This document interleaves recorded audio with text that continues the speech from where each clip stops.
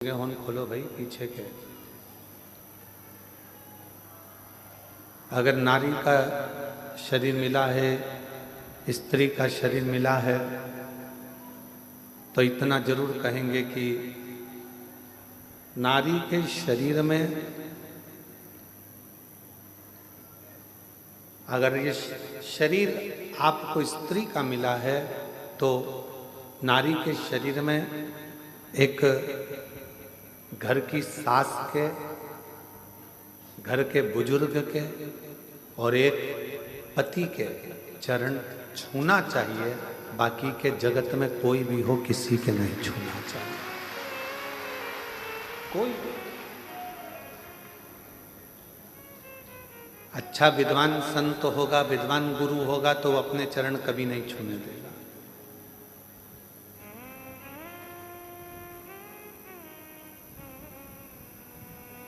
कोई सतगुरु होगा, संत होगा, साल में एक बार कभी गुरु पूर्णिमा महोत्सव आ गया, गुरु पूर्णिमा का उत्सव आ गया तो चरण भले छूने दे, चरण को स्पर्श करने दे, पर बाकी के समय स्त्री से चरण नहीं छुआ।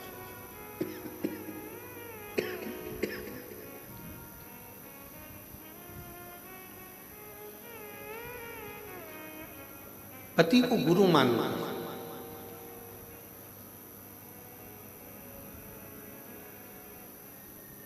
आप उसके चरण का स्पर्श करें। शिव गुरु शिव महापुराण की कथा कहती है, हमने पहले भी कथा में कहा, आज फिर कहते हैं, अगर घर में बुजुर्ग माता पिता बीमार पड़े हैं, घर के अंदर कोई बुजुर्ग बीमार पड़ा हुआ है, कोई रोगीला पड़ा हुआ है, किसी को तकलीफ है, कष्ट है, तो शिव जी को एक लोटा पानी ना चढ़ाकर उस बुजुर्ग को एक लोटा जल पिलाने का प्रयास करना, उसको अच्छा करने का प्रयास।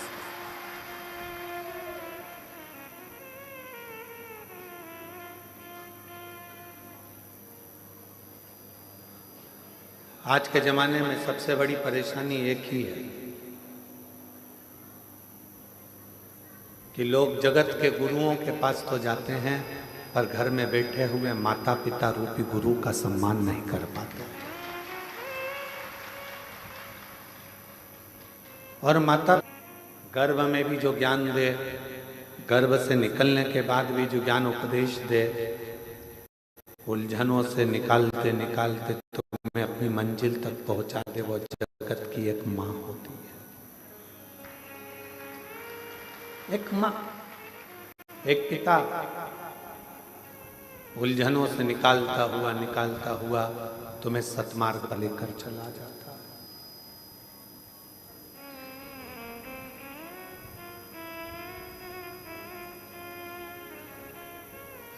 कई लोग कहते हैं कि बताओ, उनकी बहू ने हमारे पाँव नहीं छुए, उनकी बहू ने हमारे पाँव नहीं पड़े, चरण प्रणाम नहीं करा। जेठ के पाँव छूना है, थोड़ा दूरी से, चरण का स्पर्श नहीं होना चाहिए। नंदोई के पाँव छूना है, चरण यहाँ है, थोड़ा दूरी से, चरण का स्पर्श नहीं होना चाहिए।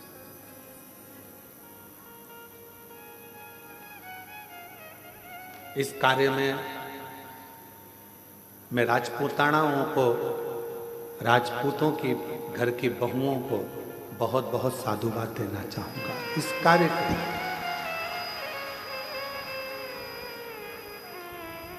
राजपूतों के, राजपूतानाओं के घर की जो बहुएं होती हैं, राजपूतों के घर की जो बहुएं बेटियां होती हैं, सिर पे पल्लू लेकर अगर किसी के चरण भी छूना है तो अपने पल्लू का एक सिरा लेकर जमीन को रखकर जमीन को ही वो प्रणाम करते हुए उनको नमन कर लेती हैं, खम्मा घड़ी कर लेती हैं।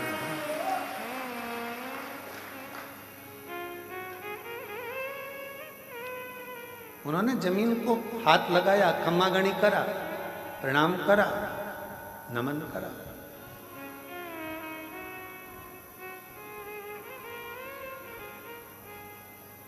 ये हमको संस्कार प्राप्त होते हैं।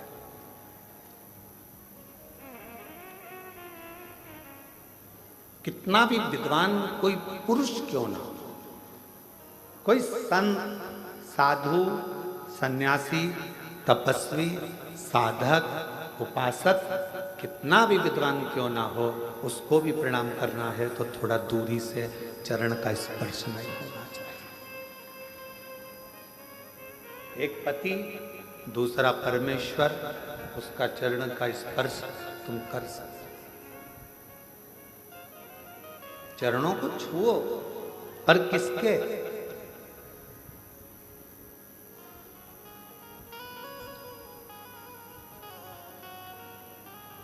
एक मेरे देव अधिदेव महादेव के मंदिर में पहुंचो, मेरे शंकर की चौखट पर जाओ, शिव जी के द्वार पर जाओ, तो शंकर भगवान का अगर मौका लगे आप लोगों को, अगर कहीं ऐसा शिव कृपा कर दे और शंकर जी की करुणा से अगर मौका लग जाए, तो शिवलिंग का स्पर्श, जलाधारी का स्पर्श, और अगर नहीं मौका मिलता, किसी मंदिर में जल चढ़ाने का भी मौका नहीं मिलता, किसी मंदिर में जल चढ़ाने के लिए भी अंदर नहीं जाने देते, कोई बात नहीं, मन के हृदय में शिव को बिठाओ और भक्ति का जल अपने मन से चढ़ाओ, शिव उसको भी स्वीकार करे।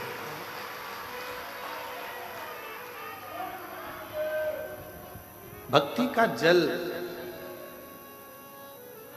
हृदय से शिव स्वीकार करते, और यदि भक्ति नहीं है तो फिर वो तुम्हारा जल चढ़ाना व्यर्थ। और कितना सुंदर शिव महापुराण की कथा कहती है कि नियत, नीति और नियम, ये तीन चीजें हैं। एक है तुम्हारी नियत,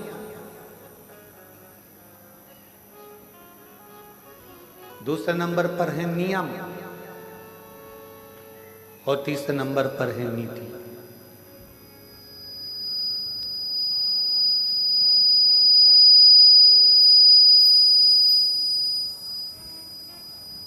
नियत, नीति और नियम अगर तुम्हारा अच्छा है, नियत अच्छी है, तुम्हारी नियत ऐसी नहीं है कि इससे काम निकाला बाद में लात मार दी, काम निकाला और बाद में धक्का दे दिया।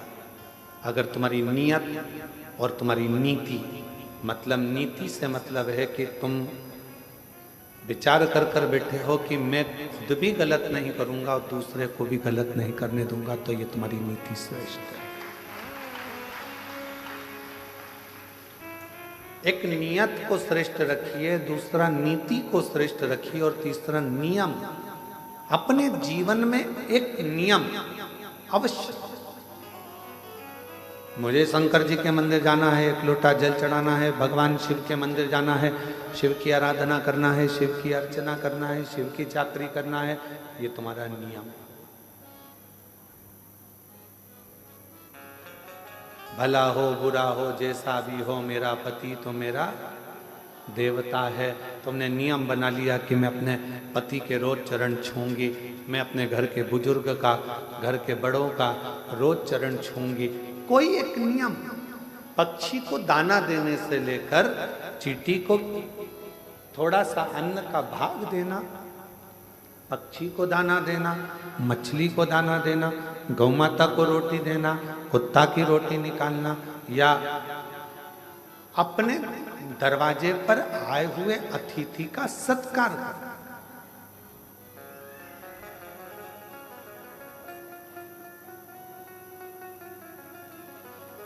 आप लोगों ने एक शब्द सुना होगा, अतिथि देवो भव। क्या कभी आप लोगों ने विचार करा कि हमारे यहाँ अतिथि को भगवान का दर्जा दिया गया है?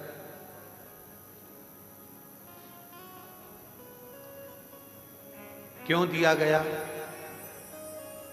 लिंग पुराण की एक कथा आती है, और लिंग पुराण की कथा में कहा गया कि अतिथि देवो भव। एक सुदर्शन नाम के मुनि हुए, ग्रस्त थे,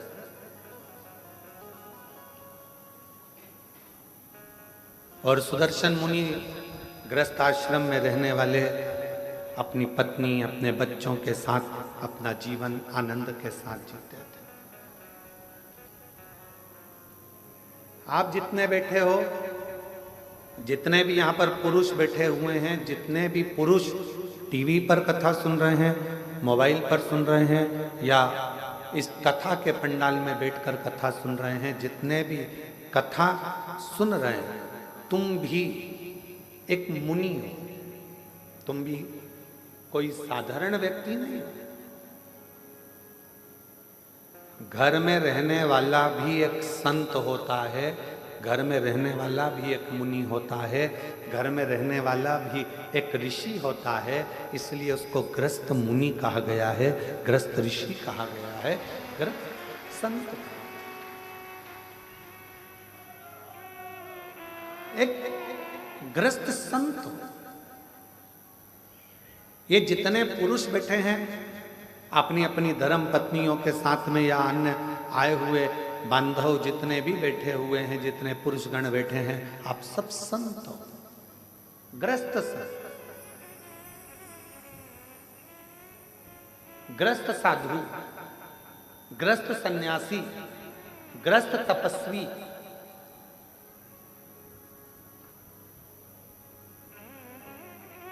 बाहर रहने वाला संत जो अपने घर को सब कुछ छोड़ देता है, वो नदी के तट पर, मंदिर में, एकांत में, कहीं वन में जाकर बैठ जाता है। वो एकांत में बैठ गया और वहां बैठकर उसने अपना तप, साधना, भजन, कीर्तन, स्मरण वहां किया। पर घर में रहने वाला एक पुरुष अपने बच्चों का भी पालन कर रहा है, पत्नी का भी पालन कर रहा है, माता पिता का भी थोड़ा ध्यान रखकर उनकी भी औषधि, दवाई, गोली सब करवा रहा है, और साथ में कमाने भी जा रहा है, और आते जाते समय मुख से राम नाम, कृष्ण नाम, शिव नाम, श्री शिवाय नमस्तुभ्यम कह रहा है। समझ लो वो संत ही है, साधु। एक सुदर्शन नाम के मुनि गृहस्थ थे। लिंग पुराण की कथा कहती है कि वो ऐसे मुनि थे, अपने बच्चों के लिए कार्य करते थे, परिवार को संभालते थे, पत्नी के लिए भरण पोषण के लिए कुछ थोड़ा बहुत मेहनत करते थे, और खाने पीने की व्यवस्था कर कर बच्चों की अच्छी परवरिश करना, एजुकेशन कराना, उनका ध्यान रखना, घर में बुजुर्ग हैं उन माता पिता के लिए औषधि की व्यवस्था करना, साथ में भगवान शंकर की भक्ति करना, भगवान शिव का स्मरण करना। अब एक दिन सुदर्शन मुनि की धर्म पत्नी ने सुदर्शन मुनि से कहा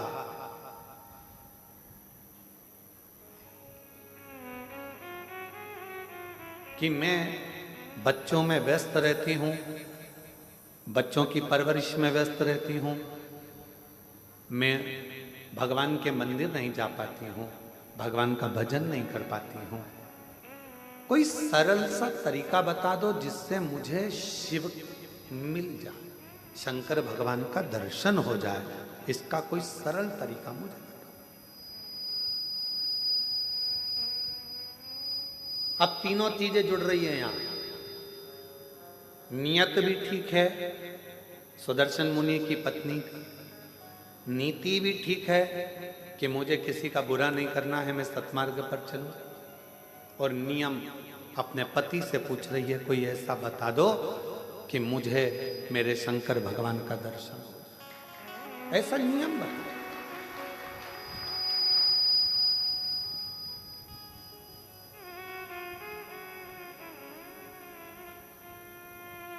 कोई ऐसा उपाय हो आपके पास में जिससे शंकर भगवान का मुझे दर्शन हो, वो उपाय बता।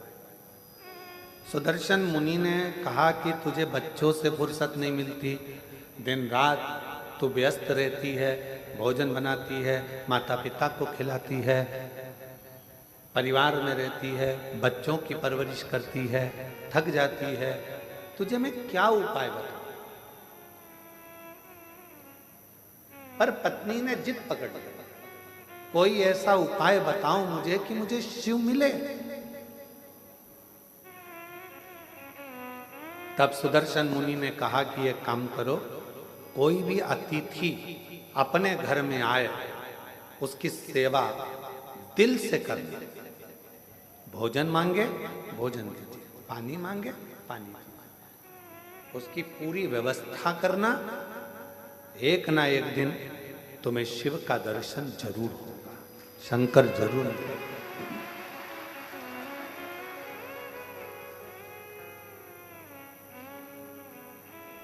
मेरे बच्चे, परिवार, बुजुर्ग, पति, ये सब भी तो घर के अंतर्गत हैं। अब इनके लिए तो कहा, अगर घर में अतिथि आया हुआ है, मेहमान आया हुआ है, अतिथि का यदि तुम सत्कार कर रही हो, सम्मान कर रही हो, तो उसमें सब कुछ समाया, सब कुछ। माता पिता भी उसमें समाहित हैं, बच्चे भी उसमें समाहित हैं, सर्वस्वता उसमें समाहित है। आप सेवा करो, ठीक है। अब सुदर्शन मुनि की पत्नी ने ऐसा नियम बना दिया।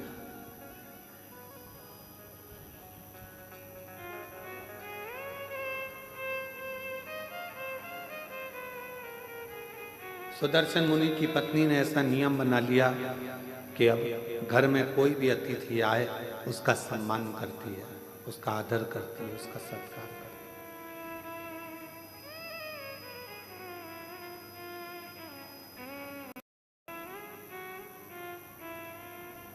और समय निकलता गया, निकलता गया, निकलता गया। आज शंकर भगवान ने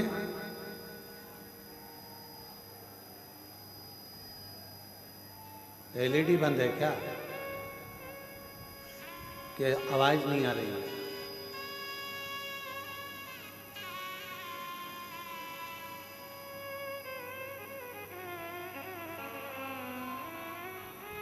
शंकर भगवान ने परीक्षा ली।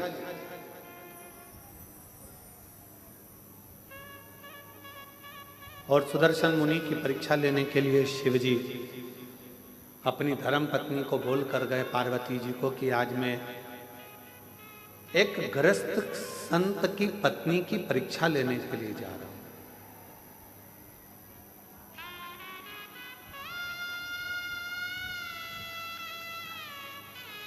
एक जन को भेजिए ना, थोड़ा सा मालूम कर ले। एलईडी है।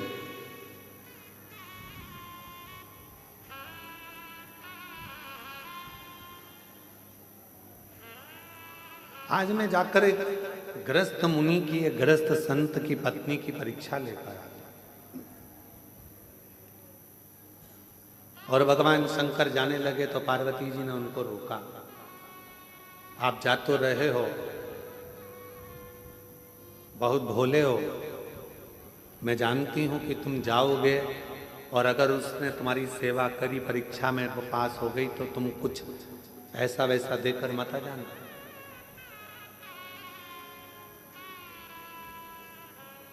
तुम कुछ ऐसा वैसा देकर मत आ जाना। तुम जा तो रहे हो, मना नहीं है, पर थोड़ी सावधानी रखना। जिस पत्नी का पति बहुत भोला होता है ना, पत्नी अगर मायके भी लेकर जाती है तो साथ लेकर जाती है, शादी में भी जाती है तो साथ जाती है। जिस पत्नी का पति बहुत भोला होता है तो पत्नी को उससे भय लगा रहता है कि ये कहीं कुछ बोल ना दे, ये कुछ कहीं दे ना दे, ये कुछ प्रदान ना कर दे, ये कुछ ऐसा ना कर दे। उसके सोचना पड़ता है, उसे बहुत सोचना, बहुत।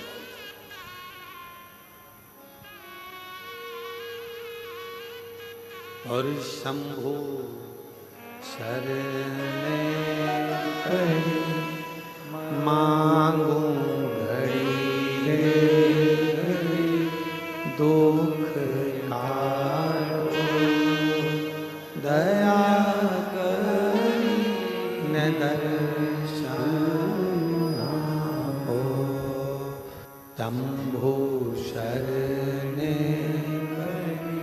मांगू घड़ी रे घड़ी दुख काटो दया करी दर्शन आपो।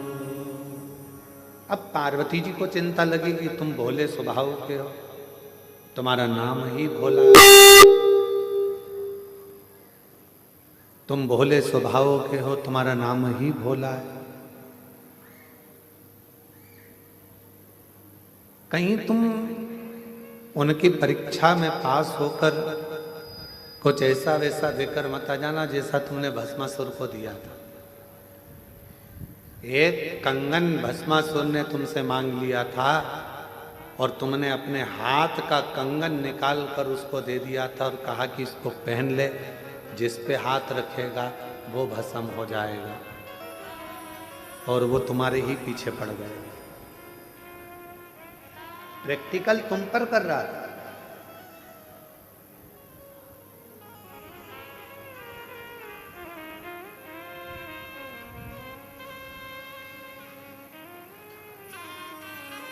आज के समय में उपदेश देना बहुत सरल है।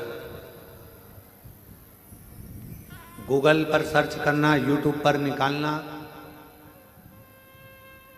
ढेर सारे मोटिवेशन स्पीच देने वाले मिल जाएंगे और मालूम पड़ता है कि वो खुद भी डिप्रेशन में पड़े रहते हैं। आज के समय में उपदेश देना सरल है, पर उस उपदेश को अपने ऊपर धारण करना दुनिया का सबसे कठिन काम।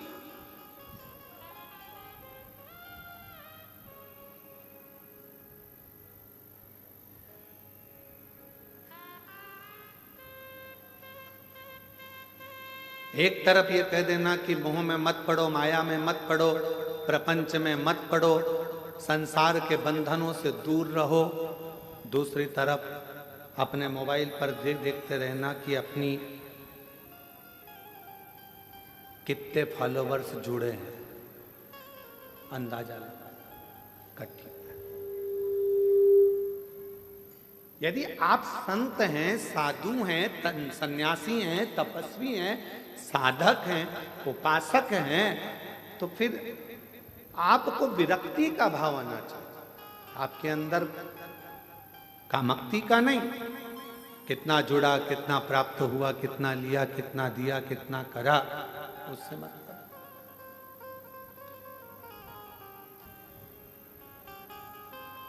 और आप सबको आज बड़ी प्रसन्नता होती होगी देखकर कि कुबरेश्वर धाम पर आने वाले सभी भक्तों ने पहले पूर्व में देखा होगा, छोटी सी जगह थी, छोटी सी जगह से उसको धीरे धीरे बड़ा करते करते करते करते धर्मशाला, हॉस्पिटल, अब धीरे से बच्चों के लिए, उनकी निःशुल्क शिक्षा के लिए, उनकी पढ़ाई के लिए गुरुकुल की तैयारी भी चालू हो गई है। गौशाला के बाद में पास में नंदीशाला की, जो गाय के बछड़े होते हैं, बैल, उनको लोग काटने के लिए भेज देते हैं, तो उन बैलों की रक्षा के लिए नंदीशाला की व्यवस्था।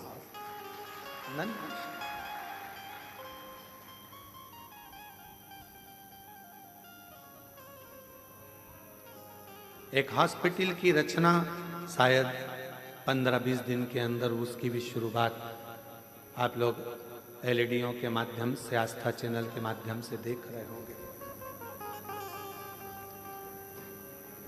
जो यात्री आते हैं उनको कोई तकलीफ ना हो, उनको कोई कष्ट ना हो, उनका निःशुल्क सारा इलाज हो सके, उनके लिए हॉस्पिटल की रचना करिए।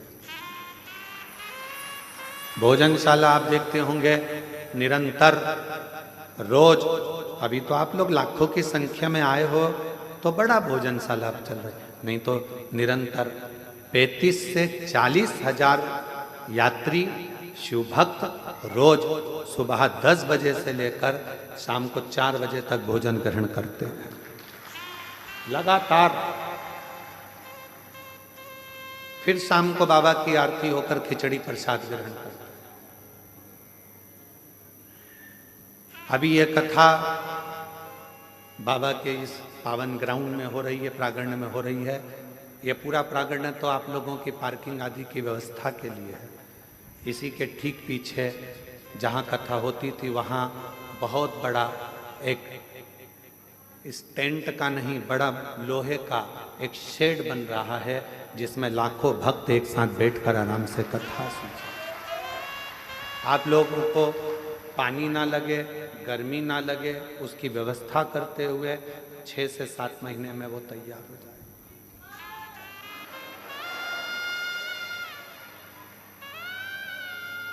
होम्योपैथिक औषधि केंद्र, आयुर्वेदिक औषधि केंद्र और सारी व्यवस्था कुबेरेश्वर धाम पर आप लोगों को निःशुल्क मिल सके, उसकी पूरी तैयारी यहाँ करी जाती है। पूर्ण व्यवस्था। लड़की की शादी हो, सूचना दो सीहोर, हमारी बेटी की शादी करना है, 25 लोग लड़के वाले, 25 लोग लड़की वाले आए।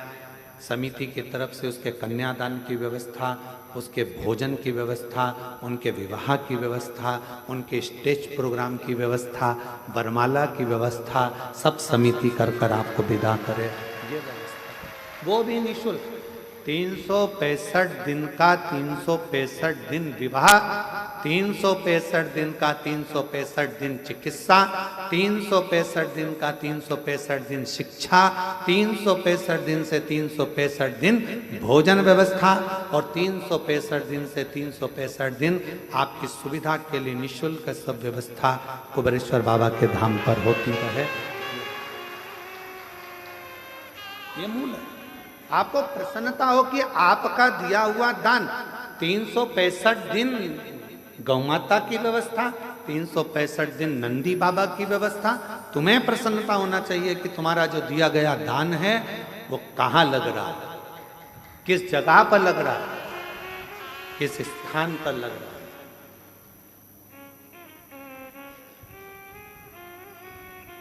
और तो और जो बच्चे पढ़ने में होशियार हैं और फीस जमा नहीं कर पाते तो उनके फीस की व्यवस्था भी विठलेश सेवा समिति पूरे भारत में कर रही है। केवल मध्य प्रदेश नहीं, पूरा भारत, कोई भी प्रदेश होता है सूचना मिलती है उसकी व्यवस्था करी है।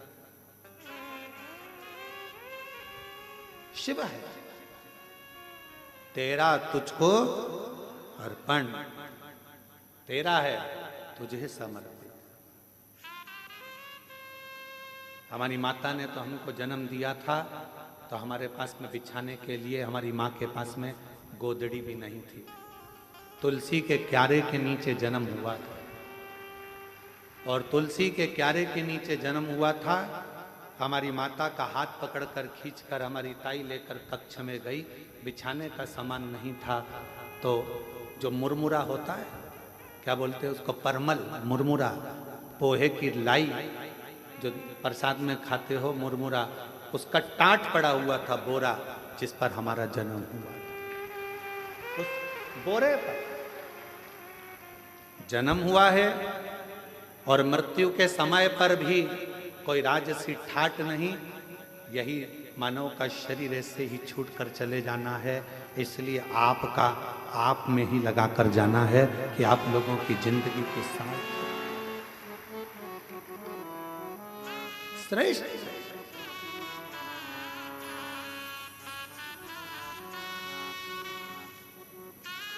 चलाने को विठलेश सेवा समिति तो रेलवे स्टेशन से कुबेरेश्वर धाम तक बसें भी निःशुल्क चला देते, पर गरीब ऑटो वालों का पेट कैसे भराएगा, उनका भोजन कैसे रह पाएगा, उसका ध्यान रखा, उनका भरण पोषण कैसे हो।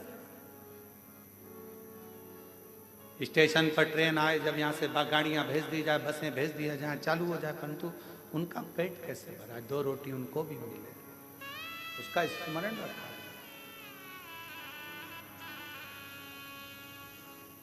शिव भक्ति को धारण करो।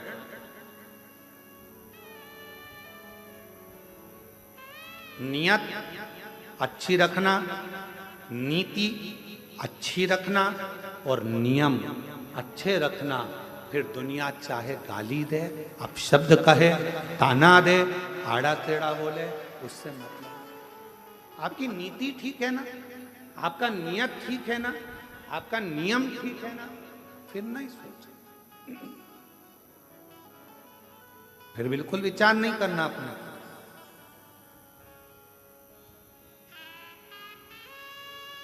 हमारे सीहोर के कई हॉस्पिटल हैं जिसमें वेंटिलेटर तक नहीं है, पर कुबेरेश्वर धाम का जो हॉस्पिटल बना है उसमें ढेरों सारे वेंटिलेटर तक लगाए गए हैं, जिससे किसी को दिक्कत ना हो, किसी को तकलीफ, किसी को कष्ट ना हो।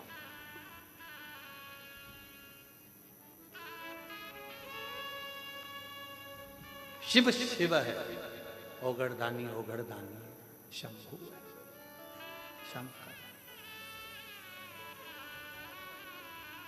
और कितनी बड़ी कृपा मेरे कुबेर भंडारी की होगी कि एक रसीद कट्टे की एक बुक लेकर आज तक समिति का कोई कार्यकर्ता ना कभी सीहोर गया और ना किसी के गांव गया कि तुम दान देना।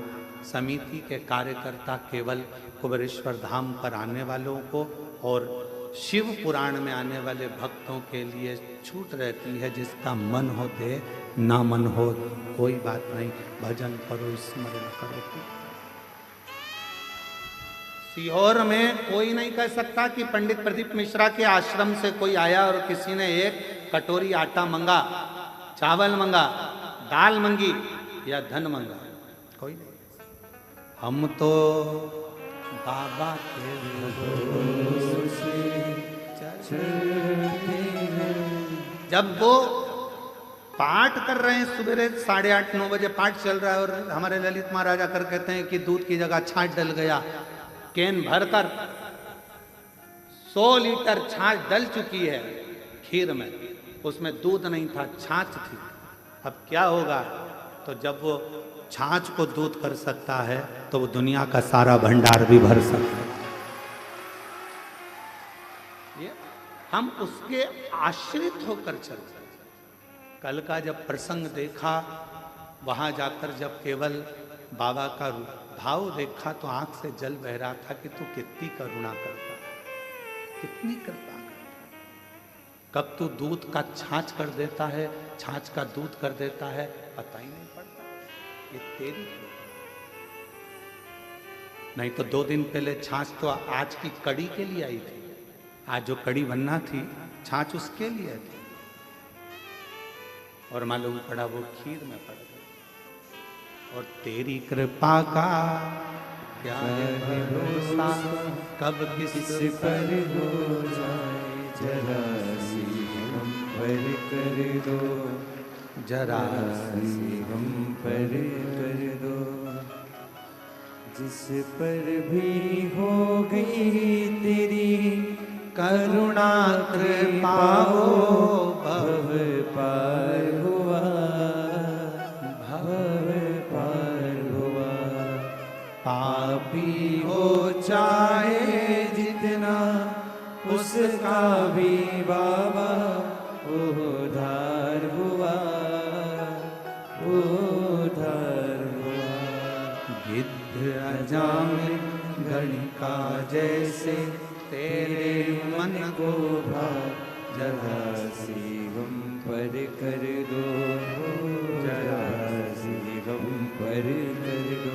तेरी कृपा का क्या है भरोसा, कब किस पर हो जाए, जरा सी हम पर कर दो, जरा सी हम पर कर दो। अपनी नीति सही रखना, अपनी नियत सही रखना और अपना नियम सही रखना, फिर दुनिया कुछ भी कहे, आग लगे बस्ती में, अपन रहो मस्ती में। अगर नीति सही है, नियम सही है और नियत सही है तो परमात्मा भी साथ देता है, फिर परमात्मा भी साथ देता है। सुदर्शन मुनि की धर्म पत्नी ने कहा कि मैं मुझे नियम तो नियम भेजा, अतिथि देवो, अतिथि का शिव मिलेगा इसमें, क्यों नहीं? आप कोई भी एक नियम तो पकड़ो, शंकर भगवान को मिलने में देरी नहीं लगे।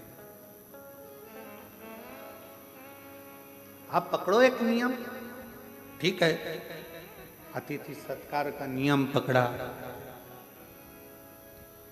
और अतिथि सत्कार का नियम जो पकड़ा, ऐसे नियम में डूब गई कि शंकर भगवान परीक्षा लेने चले तो पार्वती जी ने कहा कि तुम भोले हो, दे मत आना कुछ।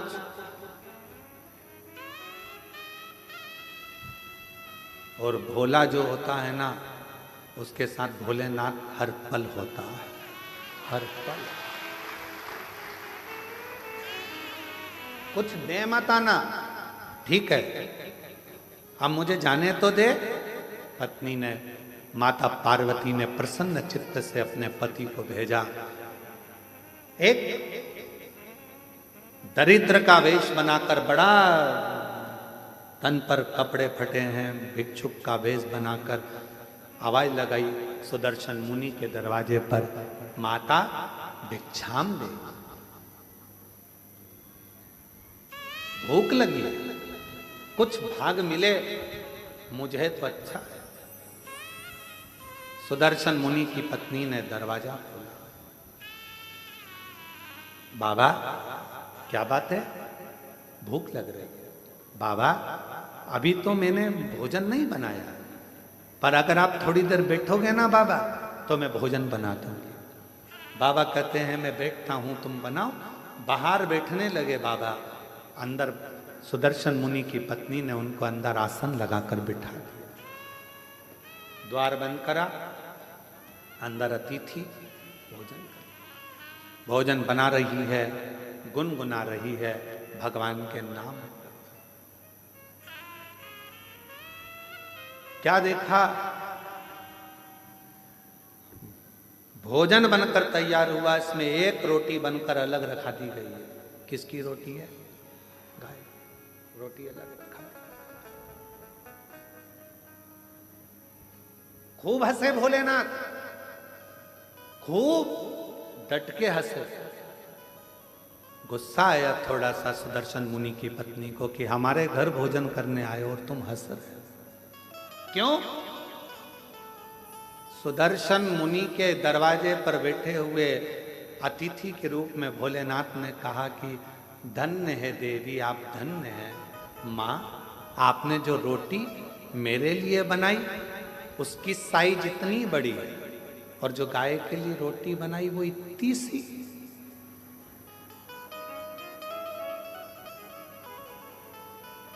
होना तो ये चाहिए, मैं 2 पांव से चलता हूं, गाय 4 पांव से चलती है।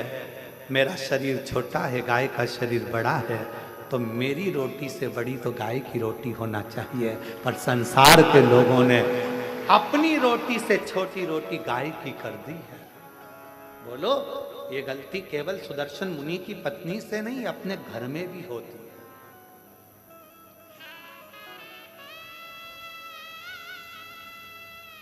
छोटी सी रोटी बना के डाल दी, गाय की है।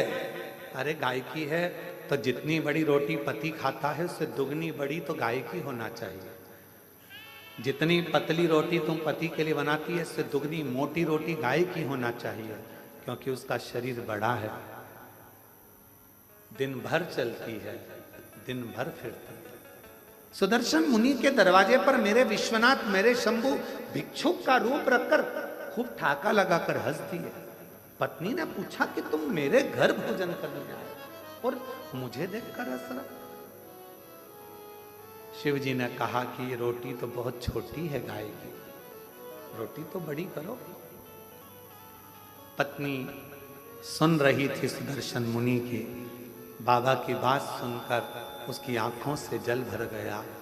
आज तक मैंने केवल कपट ही करा, बच्चों को ज्यादा खिलाया, पति को ज्यादा खिलाया, और गौ माता को केवल 1 रोटी, और वो भी छोटी सी।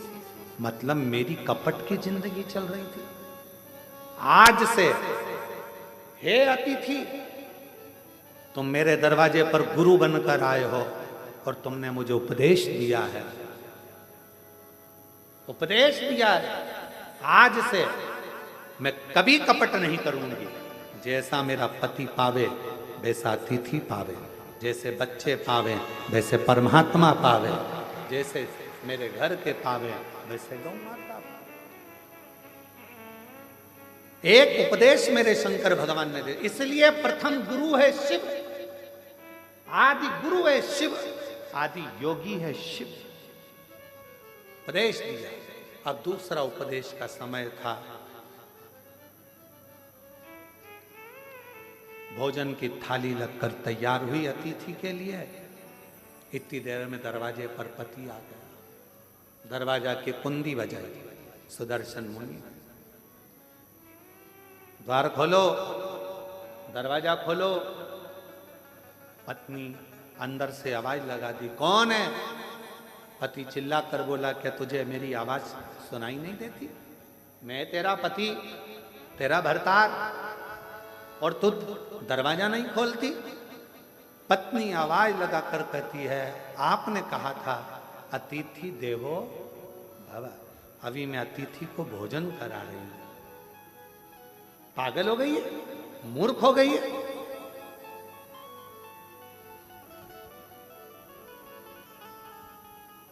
ना जाने किसको घर के अंदर बिठा कर रखा है। कोई चोरी कर कर चले जाएगा, बाहर निकाल उसको, दरवाजा खोल। इतने में पत्नी मुस्कुरा कर बोली, मैंने आपसे पूछा था तो आपने कहा था कि अतिथि तो भगवान का स्वरूप होता है, और मैंने आपको गुरु मानकर आपकी वाणी पर विश्वास कर लिया।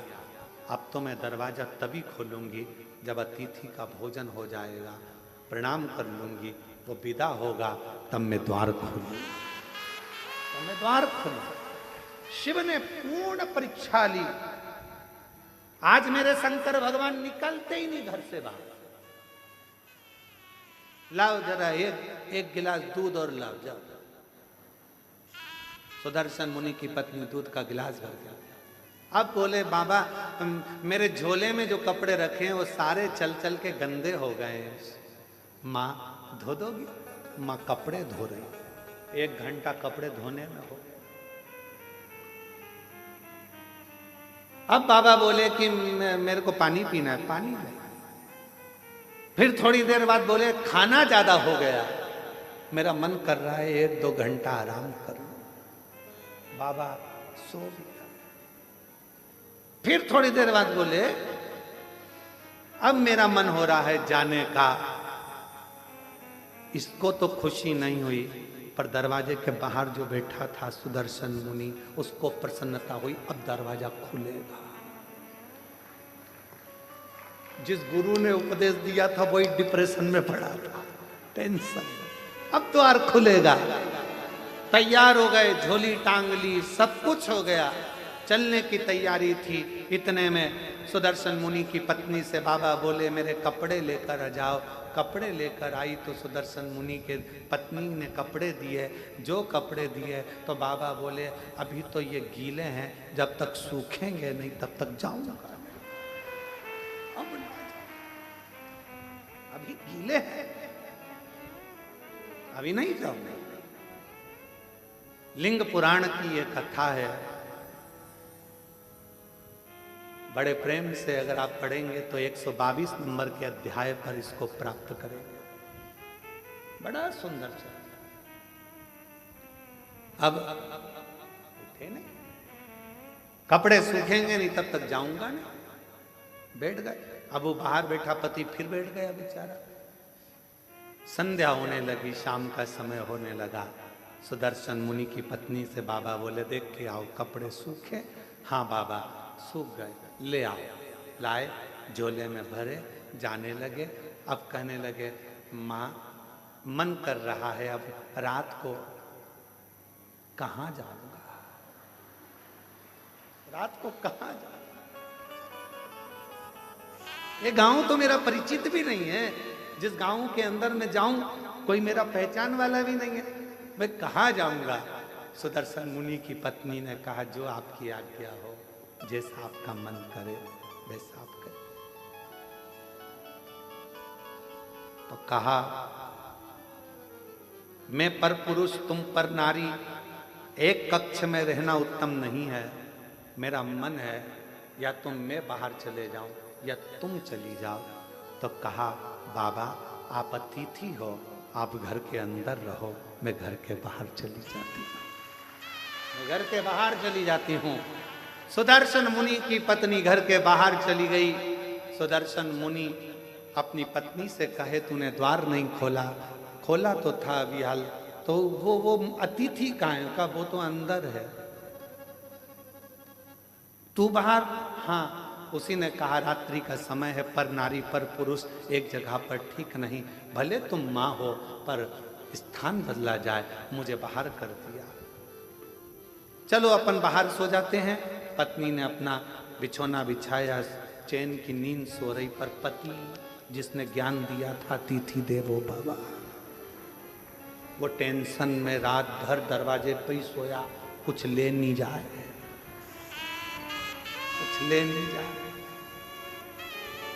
उपदेश देना सरल है, ज्ञान देना सरल है, ये कहना सरल है, मोह मत रखो, माया मत रखो, ये मत करो, वो मत करो, वो मत करो।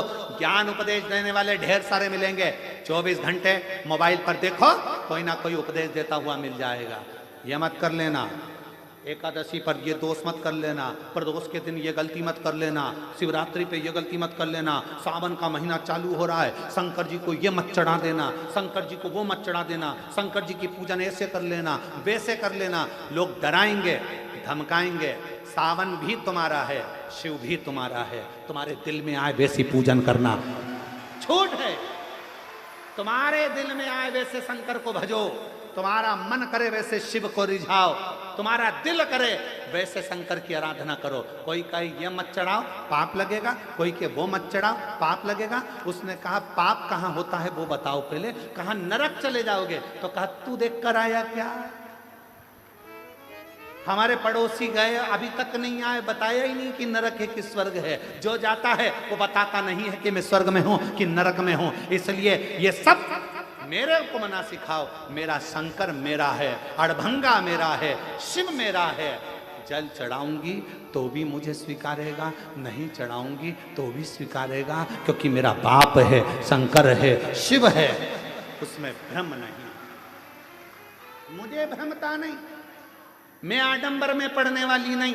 कोई ने कहा ये मत चढ़ाओ, कोई ने कहा वो मत चढ़ाओ, कोई ने कहा ऐसा मत करो, कोई ने कह दिया वैसा मत करो, कोई ने कहा ये कर देना तो ऐसा हो जाएगा, कोई ने कहा वैसा कर देना तो वैसा हो जाएगा। अरे हम तो बाबा के भरोसे चलते हैं, हम तो बाबा के भरोसे चलते हैं। आडंबर से भी उपदेश देना सरल है, कहना सरल है, ऐसा मत करो, ऐसा मत करो,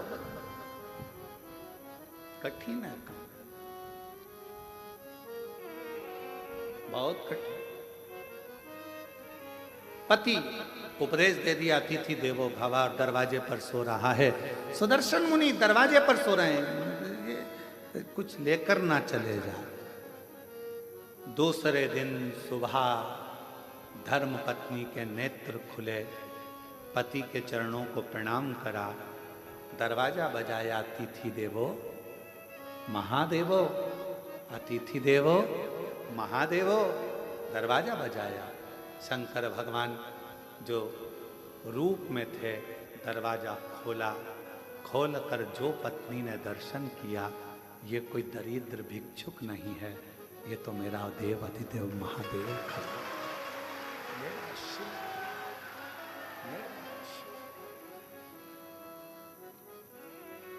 क्या देखा? अंदर झांक कर पत्नी ने देखा, पूरा दरवाजा सोने से लदा हुआ था। जिस कक्ष में रात्रि में शिव रुके थे, वो पूरा कक्ष हीरे और पन्नों से भरा हुआ था, अंबारियों से लदा पड़ा। पति को जगाने के लिए पत्नी गई, इतनी देर में मेरा देव अधिदेव महादेव चला गया, शंकर गया।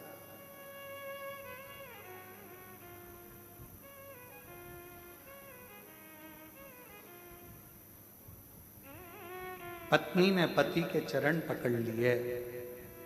आपने कहा था अतिथि की सेवा करना, शंकर का दर्शन हो जाएगा। आपके बराबर दुनिया में कोई गुरु नहीं मिलेगा। आपके कहने पर मैंने अतिथि की सेवा करी और वास्तव में मुझे शिव का दर्शन हो गया। शिव का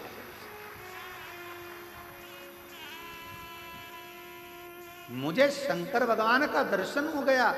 ये कृपा नहीं तो क्या है? क्या है? मैं नहीं जानती थी कि वाणी पर भरोसा करा हुआ, शिव पर करा हुआ विश्वास एक ना एक दिन सुख प्रदान करता, आनंद प्रदान करता।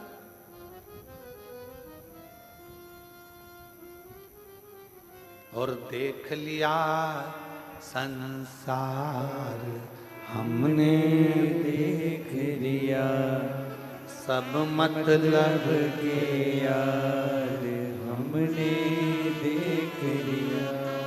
झूठे नाते झूठे रिश्ते, झूठे नाते झूठे रिश्ते, अरे झूठा है संसार हमने देख लिया सब मतलब के यार हमने देख लिया।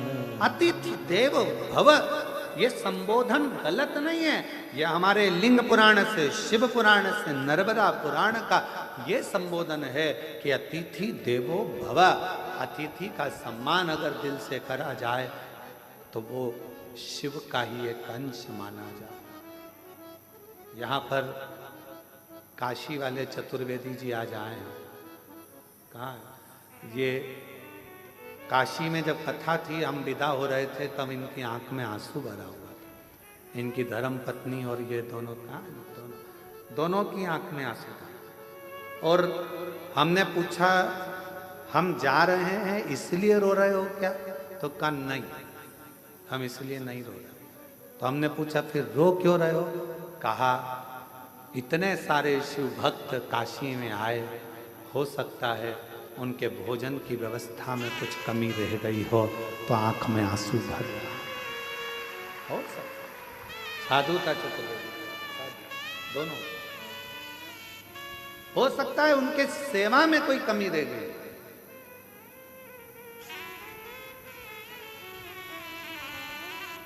उनकी सेवा में कोई कमी हो। महाराज कुबेरेश्वर धाम पर भोजन व्यवस्था चलती है। हम हमेशा जब भी कथा कर कर सीहोर आते हैं तो अपने शिव भक्तों से, सेवादारों से एक ही बात कहते हैं कि सबको भरपेट भोजन मिले, किसी से ऊंची आवाज में बात ना करें, किसी को अपशब्द ना कहें, किसी को ताना ना दें, किसी को आड़ा टेढ़ा ना बोलें, जो हो वो प्रेम से खिलाओ, पर किसी से कोई शब्द ऊंची आवाज में ना बोला जाए, क्योंकि अतिथि देवो भव, भगवान शिव का एक बुजुर्ग है, बूढ़ा है, जवान है, बच्चे हैं, बीमार है, अच्छा है, जैसा भी है, मेरे बाबा का बेटा बेटी इस धाम में आता है, उसका सत्कार पूरा करो, उसका सत्कार पूरा करो, उसको कोई कमी नहीं रहना चाहिए।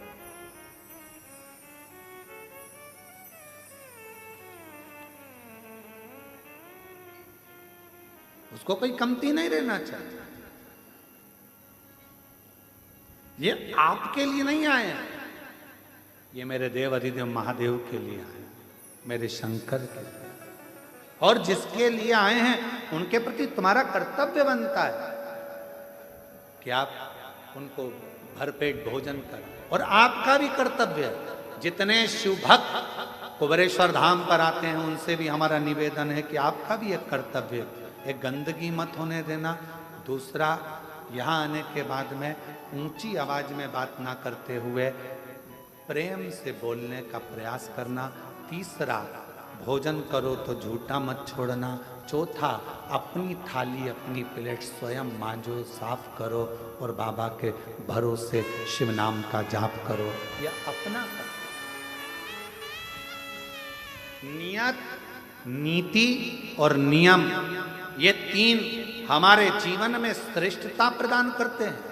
अगर आपकी नियत सही है तो आपको दुनिया में कोई पीछे नहीं हटा सकता, आप बढ़ते चले जाओ। आपका नीति सही है, आप जगत कल्याण की बात करते हो, जगत उद्धार की बात करते हो, उसमें कोई आपका कोई विशेष आपके लिए कोई आवक का स्रोत ना सोचा जाए। आप तो केवल नीति के अनुसार कार्य करिए, नियत से, अच्छी नियत से कार्य करिए और नियम से काम करो। जिंदगी की सफलता आपके पास होगी, आपके पास होगी। अच्छा एक बात बताओ, बहुत लंबा रास्ता है, बहुत लंबा रास्ता है, बहुत ऊंचा रास्ता है, बहुत लंबा रास्ता है। इस रास्ते को काटना है तो सबसे ज्यादा जरूरी चीज क्या है?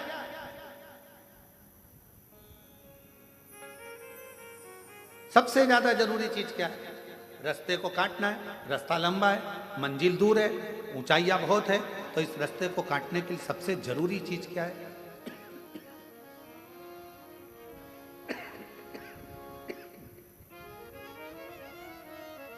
सबसे जरूरी है दो चीजें। एक आपका विश्वास और दूसरा जिस रास्ते पर चल रहे हो उस पे चलने के लिए तुम्हारे पांव की मजबूती। विश्वास, मजबूती। रास्ता कितना भी लंबा हो, पांव मजबूत हैं तो कितनी भी लंबी रास्ता हो वो तुम्हारे कदमों में होगा और तुम मंजिल तक पहुंच कर ही रहोगे।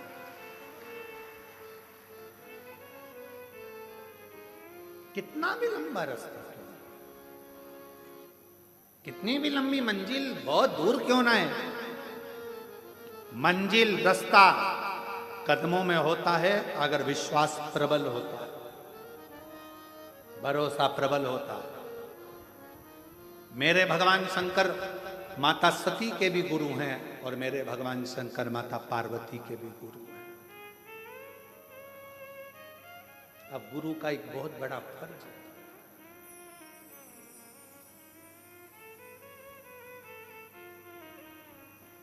जितने चेलों को गुरु मंत्र मिलता है, जितने चेलों को गुरु गुरु मंत्र देता है, अगर वो चेला कोई गलत काम करता है तो सबसे ज्यादा चेले को कम गुरु को भोगना पड़ता है।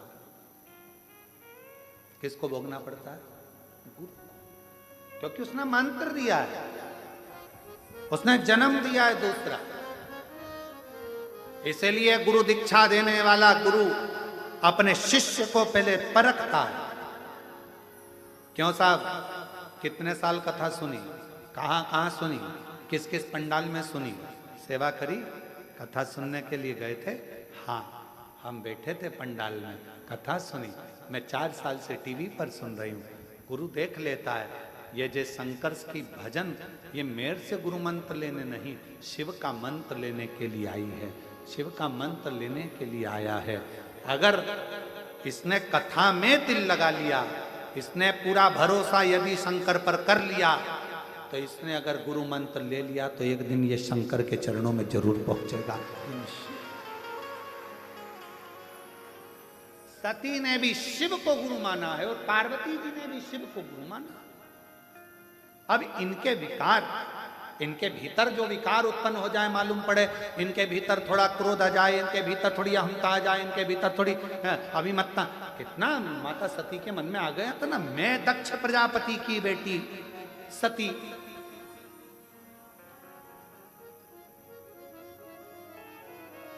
और मुझे कुंभज ऋषि के आश्रम में कथा सुनाने लेकर जा रहे।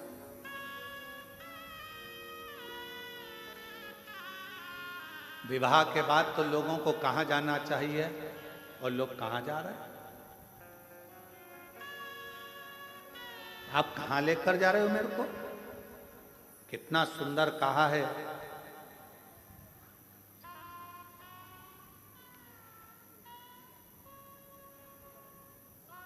विवाह करने के बाद भी अगर तुम्हारी बुद्धि में ये बैठ जाए कि हमें गुरु के दरवाजे जाना है, कुबेरेश्वर धाम जाना है, भगवान के मंदिर जाना है, उसके बाद फिर कहीं जाने की सोचेंगे, तो समझ लेना कि तुम्हारे बहू और बेटा दोनों सार्थक हैं। साधु का एक स्वभाव सार्थकता है, साधुता है।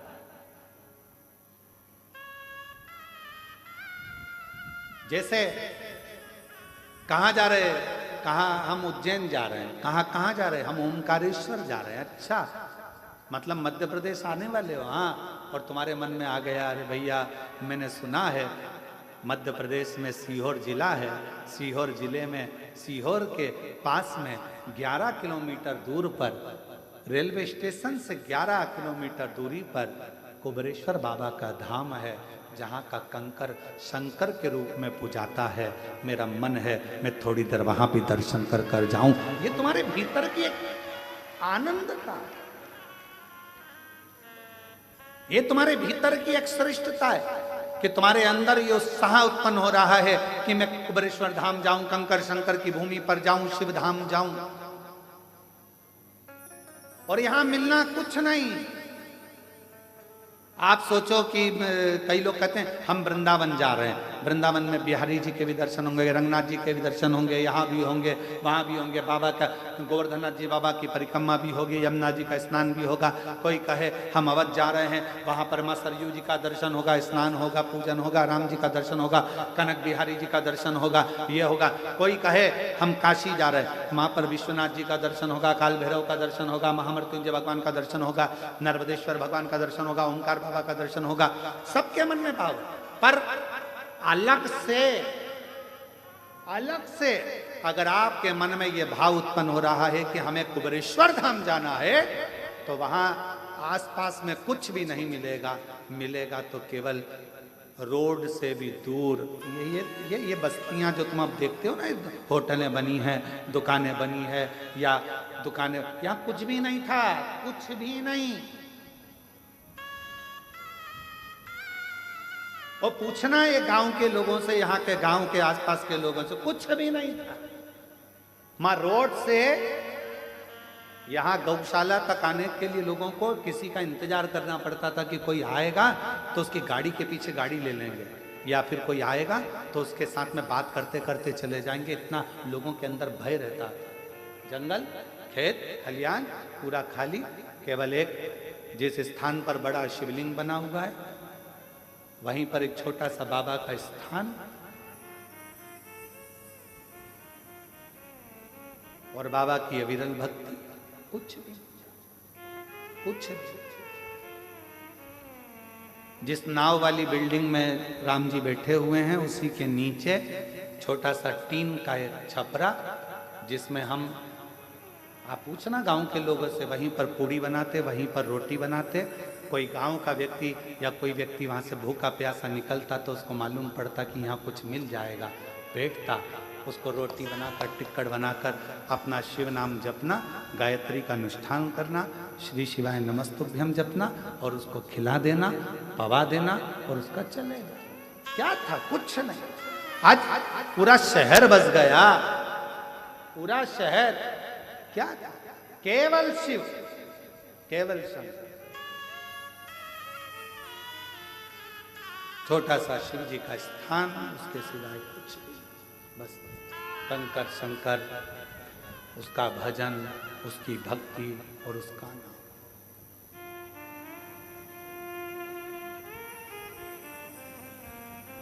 कई लोग कहते हैं गुरुजी आपने वृंदावन नहीं चुना, कल हमारे चतुर्वेदी कह रहे थे कि वृंदावन नहीं चुना, अयोध्या नहीं चुना, उज्जैन नहीं चुना, आपको यही जगह चुनी जहां पर बिल्कुल एकांत अलग साइड में। हमने कहा हम नहीं चुनते, उसने हमको सीहोर के लिए चुना, तो जगह भी तो वही चुनेगा। चुनने वाला वो है, सब बनाने वाला वो है, करने वाला वो है। आप और हम तो केवल एक निमित्त मात्र हैं, केवल निमित्त। शरीर मिलाए, अच्छा कर्म करिए, शरीर चला जाएगा। लोग याद करें ना करें, पर इतना तो करेंगे कि कुबेरेश्वर धाम में आकर एक लोटा जल चढ़ाकर भगवान की विरल भक्ति को धारण करें, उससे ज्यादा कुछ। और हम तो बाबा के भरोसे चलते हैं, हम तो बाबा के भरोसे चलते हैं।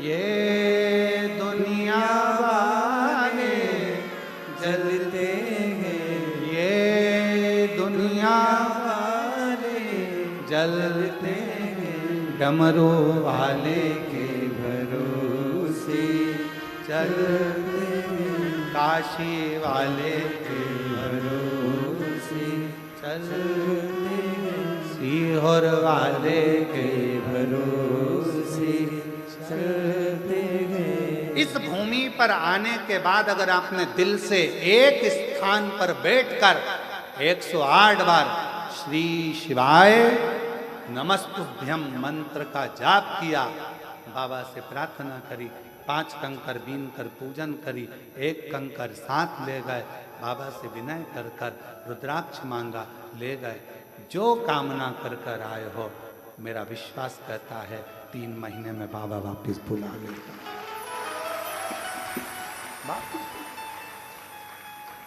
इन जजमानों में कई जजमान ऐसे बैठे हैं जो हर साल जजमान बन रहे हैं, प्रति वर्ष यहां पर भी बनते हैं, 12 ज्योतिर्लिंग में भी बनते हैं, बड़ी कृपा शिव करता, बनते रहते। आए दिन समिति को रोकना पड़ता है इन लोगों को। वो एक माता बैठी है महाराष्ट्र वाली, तो ये इनको अब की बार समिति ने मना किया, नहीं अभी हमारे जजमान बहुत सारे हो गए तुम्हारे, हर बार बन जाती है, हर बार आएंगी और तुरंत करेंगे अगला नाम लिख के रखो, अगला नाम लिख के रखो। एक वो बैठे होंगे मुंबई वाले, कहाँ है बैठे, गए कि हैं? हाँ ये बैठे, ये हर साल नाम लिखा कर चले जाते, अगला फिर लिख दो हमारा, फिर लिख दो हमारा, फिर लिख दो। ये ऐसे कई, ये अम्बाला बीटा वाले बैठे हुए हैं, कई लोग बैठे हैं, ढेर, फिर लिखवा देंगे, फिर लिखवा देंगे। समिति को मना करना पड़ता है, नहीं अभी रुको, अगली कथा में बनना, अभी दूसरे को मौका मिलने दो, फिर अगले को मिलने दो। क्या देता है बाबा? सीहोर वाला महाराज कुछ नहीं देता, कुछ भी नहीं, केवल एक ही काम करता है सीहोर वाला महाराज, तो कहता है कि सारी समस्या का हल 1 लोटा जल और श्री शिवाय नमस्तु। मन करे तो जपो, दिल करे तो भजो, और अगर किसी के कहने में आ जाओ और तुम जल पीना भी बंद कर दो तो तुम्हारा मन, बेलपत्र खाना भी बंद कर दो तो तुम्हारा मन, मंदिर जाना भी बंद कर दो तो तुम्हारा मन, और कथा सुनना भी बंद कर दो तो तुम्हारा मन। हम तो ये शिव नाम लेने के लिए जन्मे हैं और उसका नाम लेते लेते ही परमात्मा की शरणागति प्राप्त करें, यही भजो तो ठीक, ना भजो तो ठीक। तुम्हारा मन करे कि हाँ मैंने शिव पुराण सुनी है, मेरा दिल करता है मंदिर जाना चाहिए, तो जाऊंगा। फिर किसी ने कह दिया ऐसा मत करो, ऐसा करने से पाप लगेगा, हम निपट लेंगे, ऊपर जाकर कितना पाप लगेगा देखेंगे।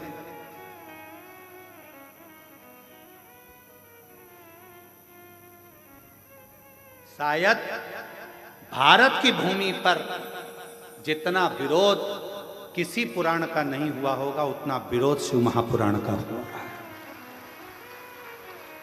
जो मिलता है केवल शिव पुराण का, ये ऐसा बोल दिया, वैसा बोल दिया, ये गलत कर दिया, वो गलत कर दिया। अरे कुछ भी गलत करा, उसका नाम तो पशुपति नाथ है। एक कुत्ता भी जाता अगर उसे चाट लेता है तो अगला जन्म नहीं पाता है, उसको पशुपति नाथ कहते हैं। एकांत में शंकर जी का ओटला, शंकर जी का मंदिर खाली पड़ा है, उस खाली पड़े मंदिर में कोई नहीं जाता, तो कौन पहुंच गया? कुत्ता। कौन पहुंच गया? गाय। कौन पहुंच गया? पशु पक्षी जानवर जीव सांप बिच्छू सब उस मंदिर के अंदर होंगे, शंकर जी से चिपके रहेंगे, शिवलिंग से चिपके रहेंगे। चीता शिवलिंग के पास, चींटी शिवलिंग के पास। किसी मंदिर की बड़ी बड़ी मूर्तियों का दर्शन करिए, बड़े बड़े इष्ट भगवान का दर्शन करिए, किसी मंदिर में तुम्हें चीटा चीटी नजर नहीं आएंगे, पर शंकर जी के पास सब चिपके रहेंगे। फूल में इल्ली, वो भी शंकर जी से चिपकी, वो भी चिपकी, और ऐसे चिपकी, ऐसा लग रहा है जैसे पूछो मती कि इतने प्रेम से कैसे चिपकी।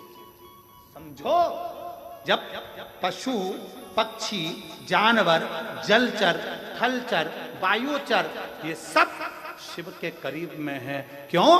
क्योंकि उसका नाम विश्वनाथ है। वो सारे विश्व के वासियों को, चाहे जो भी जीव है, उसको अपना बना लेता है। लोग कहते हैं पाप लगेगा, शिव महापुराण की कथा कहती है भगवान का जल पीने से पाप नहीं।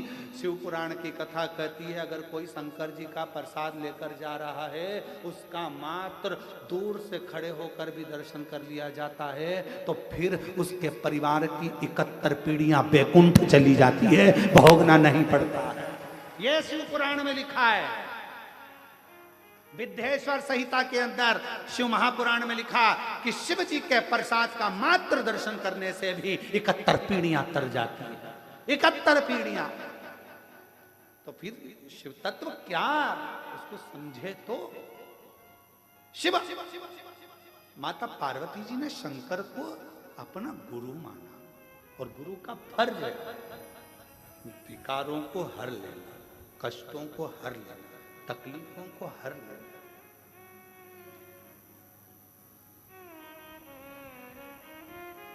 एक कथा आती है,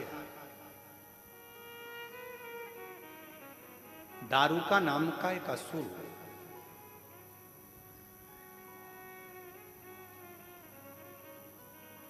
आज कथा में भजन नहीं हुआ, भजन थोड़ी देर से लेते हैं, अब कथा चालू हुई है तो थोड़ा विचार। एक दारूका नाम का असुर, ठीक है, नींद तो नहीं आ रही है ना? हाँ ठीक है, दोनों हाथ उठाकर एक बार हर हर, ठीक है। एक दारूका नाम का असुर, उसने ब्रह्मा जी का तप करा और ब्रह्मा जी से तप कर कर उसने मांगा कि मेरे प्राण नहीं छोड़ा। अच्छा, जितने भी असुर थे ना ये सोचते थे कि मैं मरूंगी, पर मरना तो पड़ता था।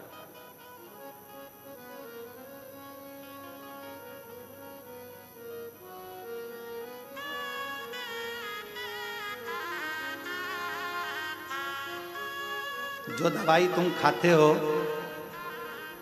जो टेबलेट तुम खाते हो, बीपी की हो, चाहे शुगर की हो, चाहे थायराइड की हो, चाहे आँख की हो, कमर की हो, घुटना की हो, वो दवाई भी एक दिन एक्सपायर हो जाती है। बोलो सही है कि गलत है? इसलिए लेने से पहले देखना पड़ता है एक्सपायर डेट।